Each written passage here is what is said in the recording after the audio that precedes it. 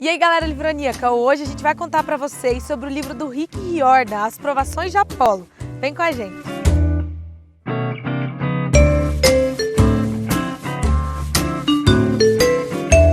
Então, gente, esse livro, As Provações de Apolo, continua os livros do Rick Riordan no mundo do Percy Jackson, no mundo dos meios-sangues, dos deuses gregos e romanos. E eu li em e-book, eu não li livro físico, por isso que eu não tenho ele pra mostrar pra vocês.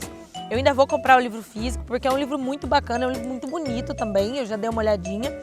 E esse livro, ele trata depois dos últimos acontecimentos, e a gente vai ver como o deus Apolo vai se virar, porque Zeus transformou ele em humano. O Apolo é enviado à Terra pelos Zeus, ele é jogado para a Terra, na verdade. Ele é transformado num humano, num adolescente, depois do que acontece no último livro. Depois que ele é enganado por um dos seus filhos lá, aquela treta toda, eu não vou me aprofundar no último livro, que tem gente que ainda não leu, a gente não quer dar spoiler, beleza? Depois das burradas que ele faz e o oráculo de Delfos é tomado pela Piton, e o acampamento meio-sangue e o resto dos deuses não tem mais acesso às profecias que tem lá, Zeus fica muito bravo com ele, a gente ainda não sabe, nem nesse livro não é explicado o que acontece especificamente, porque quando ele é jogado na Terra, ele perde completamente a memória. E quanto mais ele vai vivendo como humano, ele vai perdendo um pouco do nexo das ideias, do conhecimento dele como Deus, por causa do cérebro humano mesmo, que é limitado, então ele não consegue mais lembrar de muita coisa. E jogado na Terra como ele foi destituído de todos os poderes de Deus dele e de alguns conhecimentos. Então ele é jogado na Terra, ele encontra com alguns moleques que pegam ele, porque ele é jogado num beco, no meio do lixo, ele se torna um adolescente mesmo, com espinhas, pro Deus egocêntrico que Apolo sempre foi, é o terror dele. É o terror dele ter se tornado cheio de espinhas, ele quer morrer, literalmente. Ele encontra, esses moleques encontram ele nesse beco e querem bater nele e tal, e ele é salvo pela Meg, que é a segunda protagonista da história. A Meg, já dá pra ver que ela é uma meio-sangue também, meio maltrapilha e tal, ela parece ser meio como uma mendiga, o que dá impressão pra ele, mas é uma menina muito engraçada. A Meg é muito engraçada, muito sarcástica, é um personagem que você se apaixona muito fácil por ela, e juntos eles vão procurar o Percy. Porque, na verdade, o que acontece? O Apolo tá perto, mais ou menos perto de onde o Percy mora hoje, é falado isso. E ele pensa, não, eu vou pedir ajuda e o Percy vai me ajudar a voltar a ser o deus que eu era. A gente vê muito dos pensamentos dele durante a história, muito da ideia. O Apolo é extremamente egocêntrico, chega a ser, é cômico, né? Não chega a ser, é muito cômico, mas a gente vê bem disso. Essa história narrada por ele tem muita personalidade dele. E de como ele interpreta as coisas ainda como Deus e como isso vai mudando durante a história, como ele vai sendo afetado pela humanidade dele, e como ele percebe isso às vezes e vai ficando apavorado. E eles vão atrás do Percy para pedir ajuda e o Percy resolve ajudar eles a chegarem ao acampamento meio-sangue. Acontecem várias situações e tal para eles chegarem. O Percy não entra no acampamento junto com eles, mas quando eles chegam no acampamento, eles encontram uma situação totalmente diferente do que a gente está acostumado. Há poucos semideuses ali. Além de até poucos semideuses, há muito tempo não chegam semideuses novos, eles são os primeiros em meses.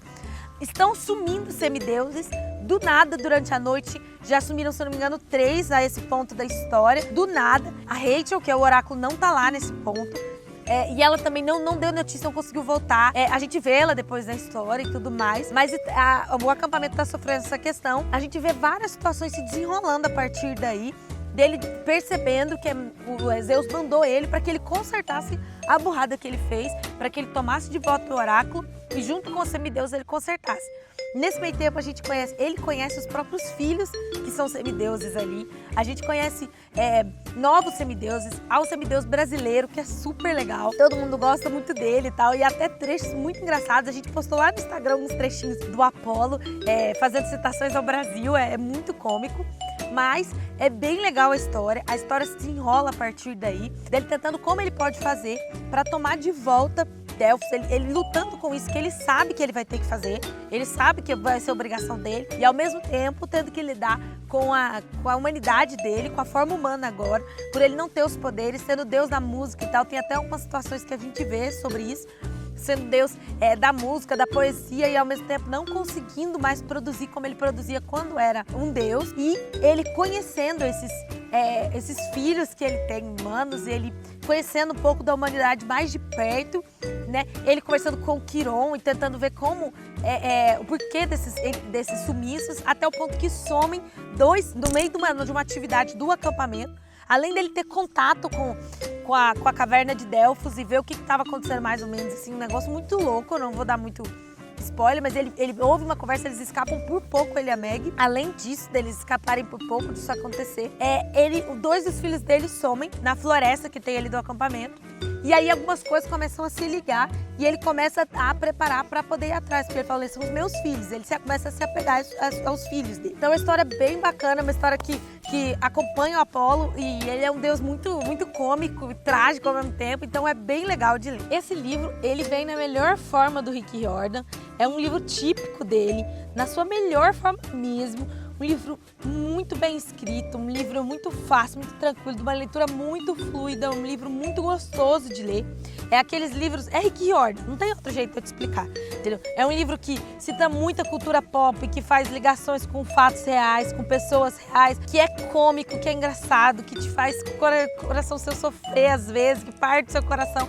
É um livro Rick Riordan, é aquele livro que você sente e lê, que você tem gosto de ler, na melhor forma dele mesmo. Então, se você gosta do Rick, se você gosta da forma dele, se você gosta daqueles primeiros Percy Jacksons que a gente leu, que era super engraçado, que era super divertido, esse livro é top. Eu tô hiper curiosa, com altas teorias, a gente super indica, é nota 4.8 fácil.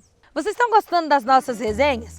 Gostaram desse livro? Leram e amaram? Não esquece de deixar aqui nos comentários pra gente o que você achou do livro do Rick Riordan, se você tá com vontade de ler. Não esquece de deixar o seu joinha, de se inscrever no nosso canal e de ficar ligadinho nas nossas redes sociais, que tá cheio de coisas, sempre tem sorteios, sempre trazendo pra vocês o máximo de informação sobre livros, beleza, galera? Eu espero que você encontre um excelente lugar para ler um livro. Até mais!